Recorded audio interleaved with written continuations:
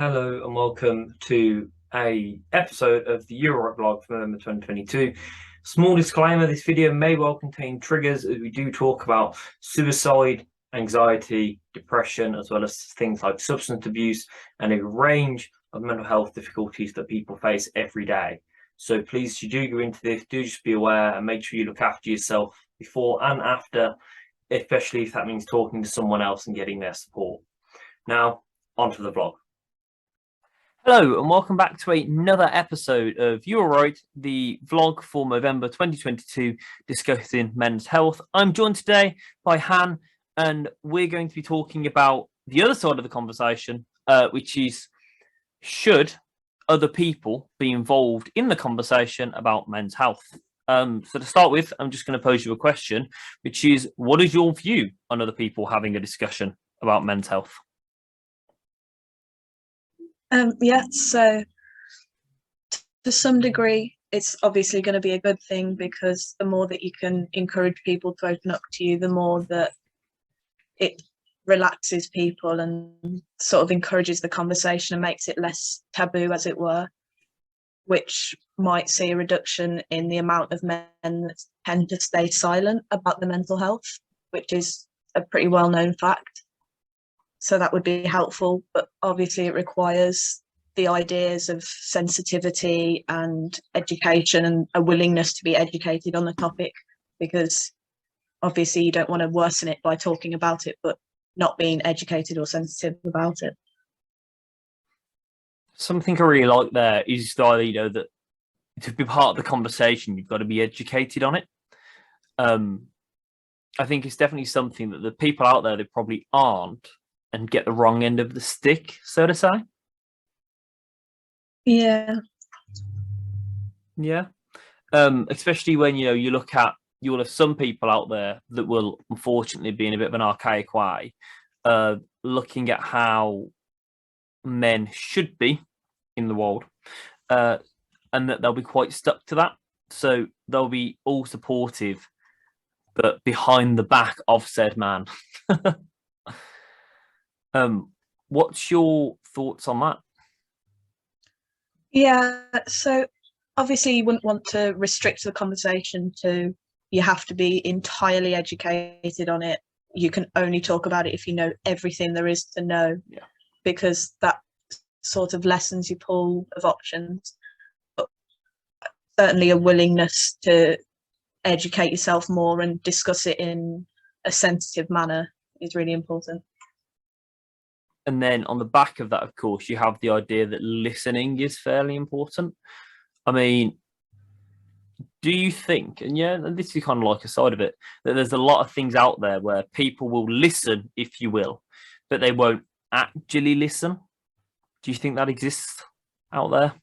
Yeah, definitely from a psychology point of view, you can say that people hear things, but whether they respond to things in an appropriate manner is very different. So you kind of have to be sure that you're listening to what the person is asking of you or wanting you to understand, more so than you're actually just saying, well, yeah, I heard what you said. And then, of course, you have that actually that could be very detrimental, because if the person you're speaking to doesn't think you care, they're not only unlikely to talk to you in the future, but then also unlikely to talk to anyone else. Not the greatest. What do you think around the idea that, or let me rephrase that before I even say it. Do you think there are enough people in the conversation? Or do you think that it's still a bit of a taboo topic? Yeah, I think linking back to what I said earlier, it is still very taboo, in the sense that I think people do think they need to be highly educated on it to talk about it, because obviously people in the psychology professions talk about it on the regular, but outside of it, it's not something that I normally hear in casual conversation with people. Do you think that's to do with the men not talking about it, or do you think that's to do with like the society angle, where people might not, where men, because we are our own worst enemy, where men would look and go, well, society says I'm not allowed to talk about this, so I won't. Yeah, you could definitely see it as sort of a bit of both, but also maybe like a cycle. So there's obviously the societal pressure to not say anything, which then encourages them to not say anything. But then to an equal degree, they've got to be open to the idea of talking about it. So whilst they need the encouragement from other people, it works both ways in the idea that you need to be willing.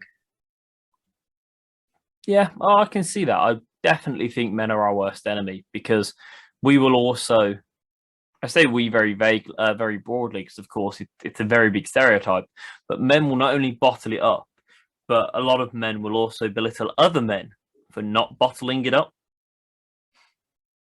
Like, we're at least a lot of the problem to ourselves.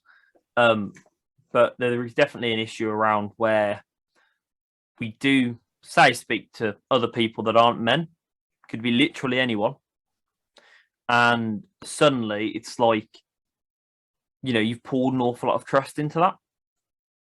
If that person then breaks that trust, they don't listen, they don't care, as to say, there's a bit more of a vaguer term, that man is then not going to speak out again. Yeah, not the most ideal thing in the world. I'm trying to think. Then there was another question, and that has slipped my mind. Do you think that it is possible to achieve a place, a position where the conversation is as normal in everyday life? Just curious. It's that's quite a large question. I do understand, so you don't have to answer straight away.